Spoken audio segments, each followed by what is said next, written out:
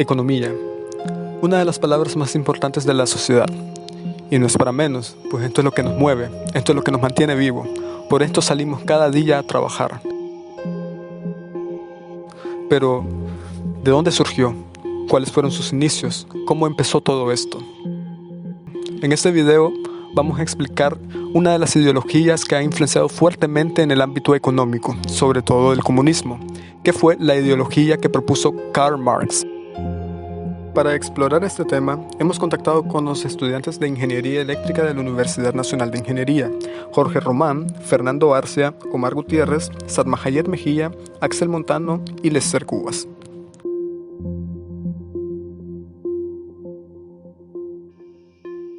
El marxismo se originó en la década de 1840 y representó un gran viaje revolucionario en la ciencia de la naturaleza y de la sociedad. Los fundadores del marxismo llevaron a cabo una hazaña científica, tanto que apoyaron en la filosofía, la economía política, la teoría del socialismo y entre otras esferas del saber humano.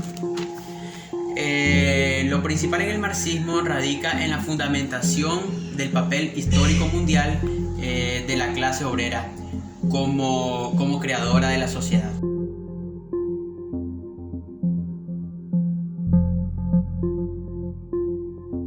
Tenía por objetivo liberar los derechos del obrero. ¿Quién surgió este pensamiento?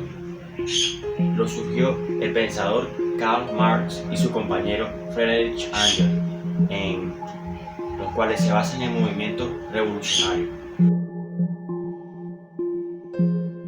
Pero la ideología de Karl Marx se divide en dos vertientes. La primera vertiente sería el materialismo dialéctico. A diferencia de los demás filósofos, Karl Marx pensaba un poco diferente. Y la prueba irrefutable de eso es su mentor Engels, su compañero. Engels pensaba que primero que cualquier materia, antes que todo eso, tenía que existir primero una idea. Es decir, que todo lo espiritual, todo lo no tangible, venía antes de todo lo tangible. Eso se le llama ser idealista. Engels era un idealista y la mejor manera de explicarlo es con el ejemplo de la silla, que dice lo siguiente: para que alguna vez existiera una silla en el planeta, primero alguien tuvo que pensarlo. Es decir, tuvo que gestar eso en su mente, en algo no tangible, para luego darle forma en lo material y así poder salir. De esa forma es como piensan los idealistas. Primero lo no tangible, la mente, el corazón, lo espiritual, etc. Y luego la materia. Pero luego vino Marx y propuso otra idea. Y dijo, ¿qué tal si primero es la materia y después lo no tangible?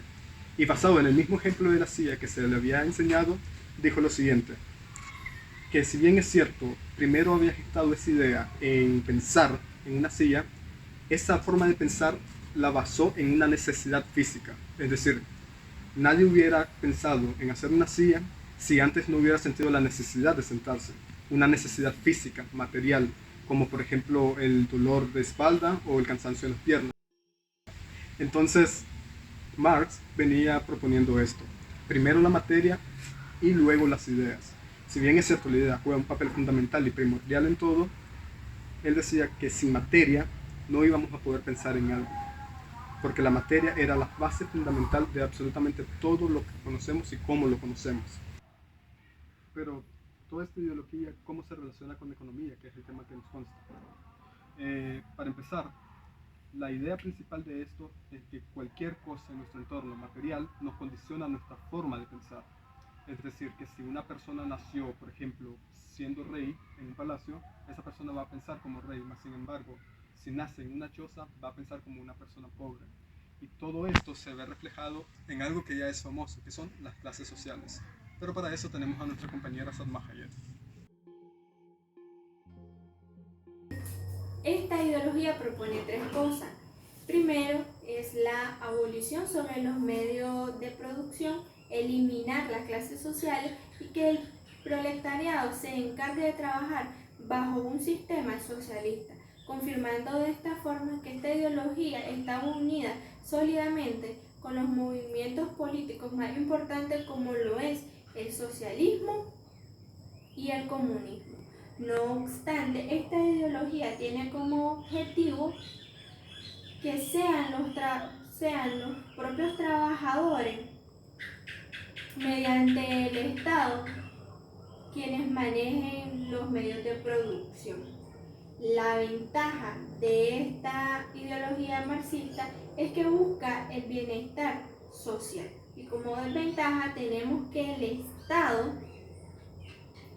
puede llegar a eliminar el desarrollo creativo de los trabajadores. Recomendaciones que generó la doctrina marxista y quienes la plantearon. Estas recomendaciones las fueron planteadas por Karl Marx y Engels, que consiste en la búsqueda de la igualdad social, en donde dice que todas las personas de una sociedad deben de ser iguales e independientes de su situación económica, con el objetivo de que no existan las clases sociales. La otra recomendación es la igualdad de oportunidades, en donde dice que todo individuo debe gozar de las mismas oportunidades y el Estado debe considerar a cada individuo al momento de brindar el servicio.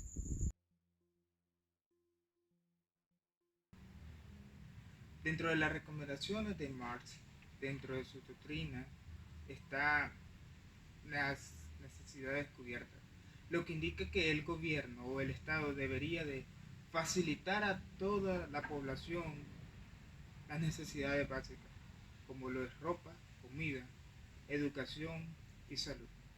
También encontramos una que dice el menor consumismo, lo que nos quiere decir que el Estado debería de regular o hacer una mejor distribución de bienes para evitar una competencia en el mercado y así evitar el exceso de consumo.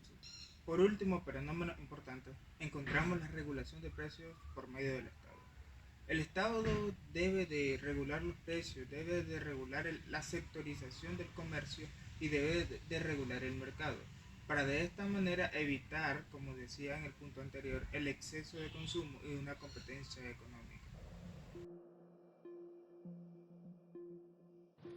Según Marx, si su ideología se llevara a cabo, todo esto terminaría en una guerra entre dos clases sociales. Para esto se tendría que llevar a cabo una revolución por parte de la clase populista hacia la clase burguesa. Pero aquí entra en juego algo muy importante, que son los bienes de producción. Bien sabemos que la clase populista no tiene los suficientes bienes de producción para llevar a cabo esta revolución, sino que lo tiene la clase burguesa. Por lo tanto, lo que le queda a la clase populista es vender su mano de obra y su esfuerzo. Por eso Marx propone unir a toda la clase trabajadora en una sola, para ser más que la clase burguesa y bajarlos de ahí, y poder lograr una sociedad igualitaria, una sociedad utópica en la que no hayan guerras ni clases sociales.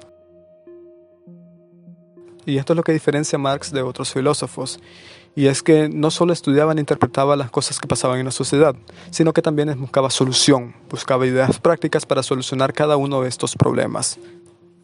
O en palabras del propio Marx, los filósofos no han hecho más que interpretar al mundo, pero de lo que se trata es de transformarlo.